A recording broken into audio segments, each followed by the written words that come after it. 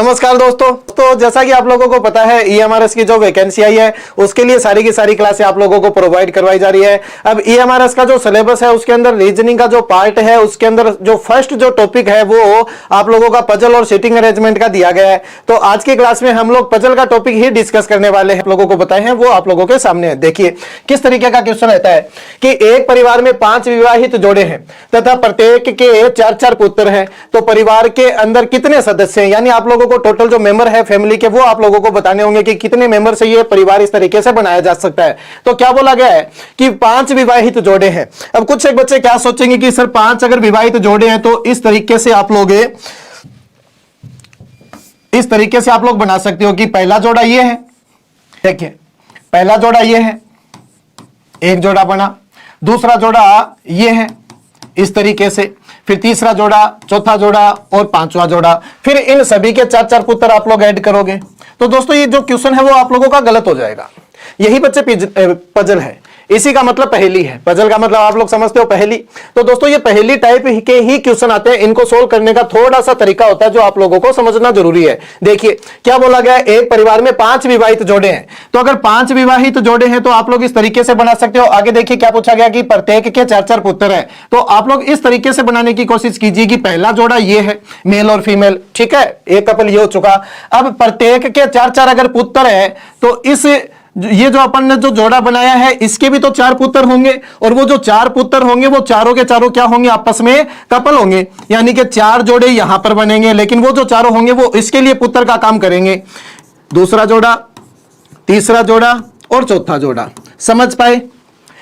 एक परिवार के अंदर 5 जोड़े हैं, 5 जोड़े आप लोग बना चुके हो और प्रत्येक के 4-4 पुत्र हैं। तो इस जोड़े का तो काम निपट गया, यानी इसके तो 4 पुत्र यहां से आ गए। अब बाकी के जो 4 जोड़े बचे हैं इनके भी 4-4 पुत्र होने हैं। इस तरीके से आप लोग बना सकते हो, इसके 4 पुत्र, इसके भी 4 पुत्र और इसके भी 4 पुत्र। अब आप लोगों से टोटल मेंबर पूछे गए थे कि कितने फैमिली के अंदर मेंबर होंगे। तो देखिए 4 4 8 4 12 4 16, 16 के बाद में 8 व्यक्ति ये होंगे क्योंकि 4 कपल है, ठीक है, 8 व्यक्ति ये होंगे, 16 8 24, 24 और 2 कितना 26, यानी कि इस परिवार के अंदर टोटल कितने सदस्य होंगे 26। अब कुछ एक दोस्तों को ऐसा लग रहा होगा कि सर ऐसे क्यों बनाया, इस तरीके से भी तो बनाया जा सकता था कि ये एक जोड़ा है, ठीक है, और इसके कोई एक पुत्र है और उसकी भी कोई पत्नी है, तो ये भी एक जोड़ा हो गया, और इसके भी एक पुत्र है इस तरीके से और उसकी भी एक पत्नी है, तो एक जोड़ा ये हो गया। फिर इसका भी एक पुत्र है इस तरीके से और फिर इसका भी एक पुत्र है, तो ये 5 जोड़े कंप्लीट, ठीक है। समझ पा रहे हो? ये इसका पुत्र, ये इसका पुत्र और ये इसका पुत्र और ये इसका पुत्र, ठीक है। तो दोस्तों इसके जो है वो एक पुत्र तो हो चुका, फिर इसके 3 पुत्र और भी बढ़ने वाले हैं। अब इसका एक पुत्र तो बना दिया, अब इसके 3 पुत्र और भी बढ़ने वाले हैं। इसके लिए ये एक पुत्र का काम करेगा और बाकी 3 पुत्र और होंगे। इसके लिए ये एक पुत्र का काम करेगा, 3 पुत्र और होंगे, लेकिन इसका कोई भी पुत्र नहीं है, तो यानी कि यहां पर इसके 4 पुत्र और होंगे। तो क्या समझ पा रहे हो? 5 जोड़े, 5 के 4-4 पुत्र, तो 3 पुत्र ये, 1 पुत्र ये, 3 पुत्र ये, 1 पुत्र ये, इसी प्रकार से बनाया जा सकता है। लेकिन यहां पर भी अगर आप लोग काउंट करोगे तो जो आंसर होगा वो 26 ही होगा, यानी कि इस जो क्वेश्चन है इसका आंसर क्या होगा 26। समझ पा रहे हैं? काउंट करके आप लोग चेक कर सकते हो। अगला क्वेश्चन देखिए, अगला क्वेश्चन क्या पूछा गया है, एक परिवार में 3 पिता, 3 पुत्र, 2 पुत्र और 1 परपुत्र है, तो कम से कम कितने सदस्यों से यह परिवार बनाया जा सकता है।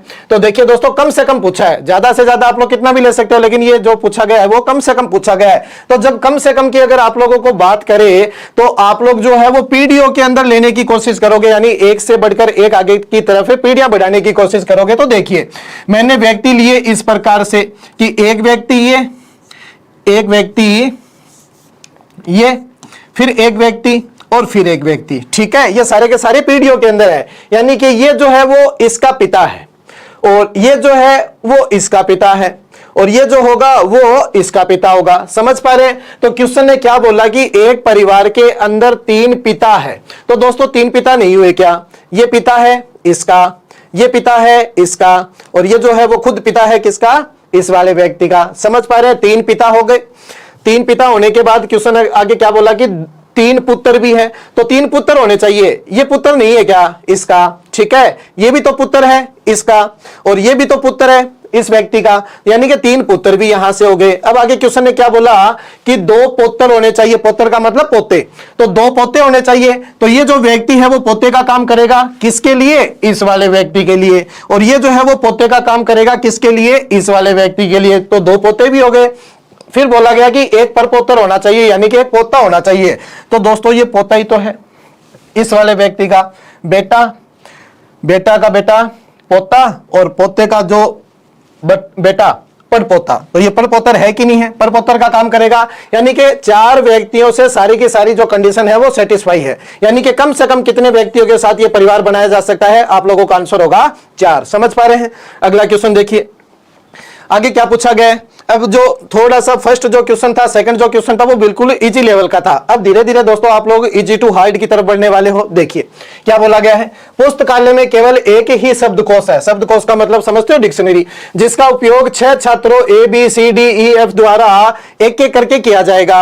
D B के तुरंत बाद और A के पहले इसका उपयोग करेगा, E C के तुरंत बाद और F से पहले इसका उपयोग करेगा, C A के बाद शब्दकोश का उपयोग करेगा। दोस्तों इस प्रकार का जब क्वेश्चन आप लोगों के एग्जाम में आए तो आप लोग सबसे पहले यह देखा कीजिए कि आप लोगों से पूछा क्या गया है। जैसे कि इस क्वेश्चन में क्या पूछा गया है कि अंत में शब्दकोश का उपयोग कौन करेगा। तो इस तरीके का जो क्वेश्चन आता है उसके लिए आप लोगों का पूरा अरेंजमेंट करने की जरूरत नहीं होती।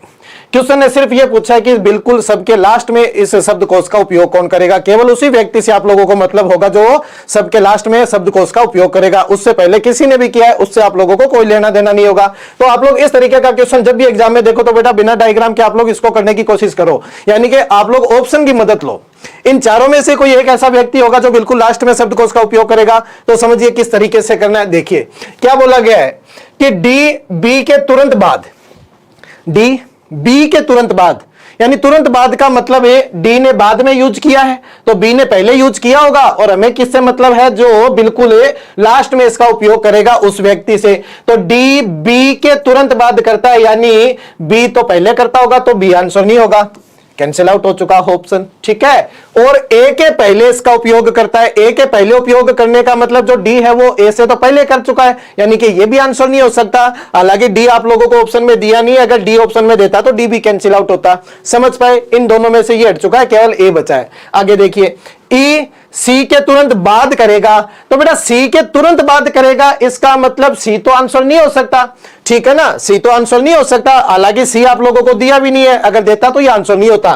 फिर आगे देखिए ई जो है वो सी के तुरंत बाद करता है और एफ से पहले करता है। एफ से पहले करने का मतलब है ये बाद में तो नहीं हो सकता, तो ई भी आंसर नहीं हो सकता, कैंसिल आउट हो चुका। आगे देखिए क्या पूछा गया, सी ए के बाद शब्दकोश का उपयोग करता है, यानी कि ए जो है वो सी के बाद में आएगा, यानी कि सी भी आंसर नहीं होगा। ठीक है, सी ए के बाद शब्दकोश का उपयोग करेगा। दोस्तों इस सवाल में कुछ मिस्टेक सी मुझे दिखाई दे रही है। सी ए के बाद शब्दकोश का उपयोग करेगा, ई सी से पहले, डी बी के तुरंत बाद और ए के पहले उपयोग करेगा। तो डी बी के तुरंत बाद करेगा और ए के पहले करेगा, यानी कि डी और बी तो आंसर नहीं हो सकते। ठीक है, ए बचा यहां से, डी और बी तो आंसर नहीं हो सकते, ए बचा यहां से, सी ए के बाद, अच्छा सॉरी, देखिए क्या बोला गया है कि सी जो है वो ए के बाद में करेगा, यानी ए पहले कर चुका होगा, तो ए भी आंसर नहीं हो सकता। समझ पा रहे हैं, पढ़ने में थोड़ी सी मिस्टेक थी लेकिन आप लोग समझ पाए। सी जो है वो ए के बाद करता है, तो यानी ए पहले कर चुका होगा, तो हमें चाहिए लास्ट वाला व्यक्ति, यानी कि ए भी आंसर नहीं होगा। ऑप्शन में बचा ही कौन है, एफ, तो एफ इस क्वेश्चन का आंसर होगा। समझ पाए। अगला क्वेश्चन देखिए, एक रेस प्रतियोगिता में 5 छात्रों ने हिस्सा लिया। आर एम से पहले लेकिन जी के बाद में आया, ए एस से पहले एम के बाद आया। प्रतियोगिता किसने जीती। अब प्रतियोगिता किसने जीती, दोस्तों पूछा क्या गया है कि सबसे पहले जो व्यक्ति आया है उस व्यक्ति का आप लोगों को नाम बताना है, बाद में कोई भी आया होगा उससे मतलब नहीं होगा। तो देखिए ऑप्शन से आप लोग इस क्वेश्चन को करने की कोशिश कीजिए। आर एम से पहले आया तो एम तो आंसर नहीं होगा, आर जो है वो एम से पहले आ चुका है, तो एम तो आंसर नहीं हो सकता। आगे देखिए, लेकिन जी के बाद में आया, तो जी के बाद में आने का मतलब है आर भी आंसर नहीं होगा क्योंकि आर तो बाद में आया है। देखिए ए एस से पहले, ए जो है वो एस से पहले आ चुका है, लेकिन एम के बाद आया, तो एम के बाद आने का मतलब, हालांकि 3 ऑप्शन आप लोगों ने कैंसिल आउट कर दिए, तो बचा ही कौन है, जी, यानी कि जी ही इस क्वेश्चन का आंसर होगा। समझ पा रहे हैं। अगला क्वेश्चन देखिए, 5 आदमी MNOPQ एक अखबार पढ़ते हैं। अखबार को पहले पढ़ने वाला इसे Q को देता है और अंत में पढ़ने वाला इसे O से लेता है। N इसे पढ़ने वाला पहला या अंतिम व्यक्ति नहीं है। M और O के बीच में 2 व्यक्तियों ने अखबार पढ़ा है। अखबार पढ़ने वाला तीसरा व्यक्ति कौन है? दोस्तों इसने तीसरा पूछा है।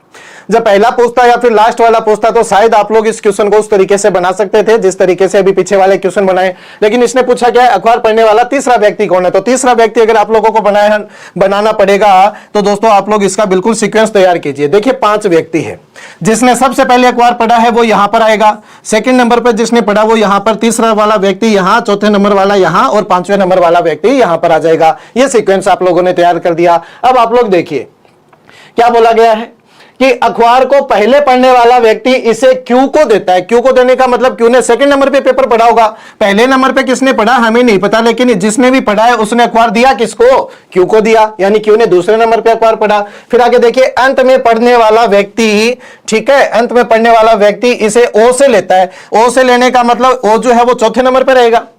अंत में पढ़ने वाला व्यक्ति इसको O से लिया, यानी O से लेता है, यानी कि O जो है वो चौथे नंबर पर रहेगा। आगे देखिए क्या बोला, N इसे पढ़ने वाला पहला या अंतिम व्यक्ति नहीं है, यानी N यहां नहीं आएगा और N यहां पर भी नहीं आएगा। तो दोस्तों N के लिए तो जगह ही एक बची तीसरे नंबर पे। तो इस क्वेश्चन का आंसर तो यहां से आ चुका, केवल यही तो पूछा आप लोगों से, अखबार पढ़ने वाला तीसरा व्यक्ति कौन है? तो तीसरा व्यक्ति कौन होगा? N। आंसर तो आ चुका दोस्तों, लेकिन क्वेश्चन को पूरा कर लीजिए, ठीक है ना। आंसर आ चुका है लेकिन क्वेश्चन को पूरा कर लीजिए। आगे देखिए क्या बोला है, N इसे पढ़ने वाला पहला या अंतिम व्यक्ति नहीं है। M और O के बीच में 2 व्यक्तियों ने अखबार पढ़ा है। M और O के बीच में 2 व्यक्तियों ने अखबार पढ़ा है, तो M नीचे तो नहीं आ सकता, M तो यही बनेगा, तभी तो बीच में 2 व्यक्ति आएंगे। तो M ने अखबार पढ़ा पहले नंबर पे, फिर व्यक्ति कौन बच गया? MNOPQ, तो यानी कि P बच गया। तो दोस्तों ये सीक्वेंस रहने वाला है। हालांकि पूरा अरेंज करने से पहले आप लोगों का आंसर आ चुका था कि तीसरे नंबर पे अखबार कौन पढ़ता है? N। हालांकि पूरा अपन ने इसको व्यवस्थित कर लिया।